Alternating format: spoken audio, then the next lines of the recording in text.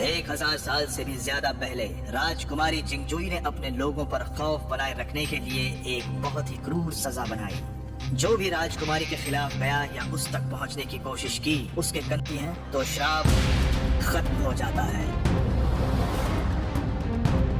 Dragon bolt celestial डोम का दूसरा हिस्सा ये बताता है कि मून चेन ऑर्ब को कैसे ढूंढना है। स्वर्ग के खजाने में दक्षिण में रंगीन बादलों की ओर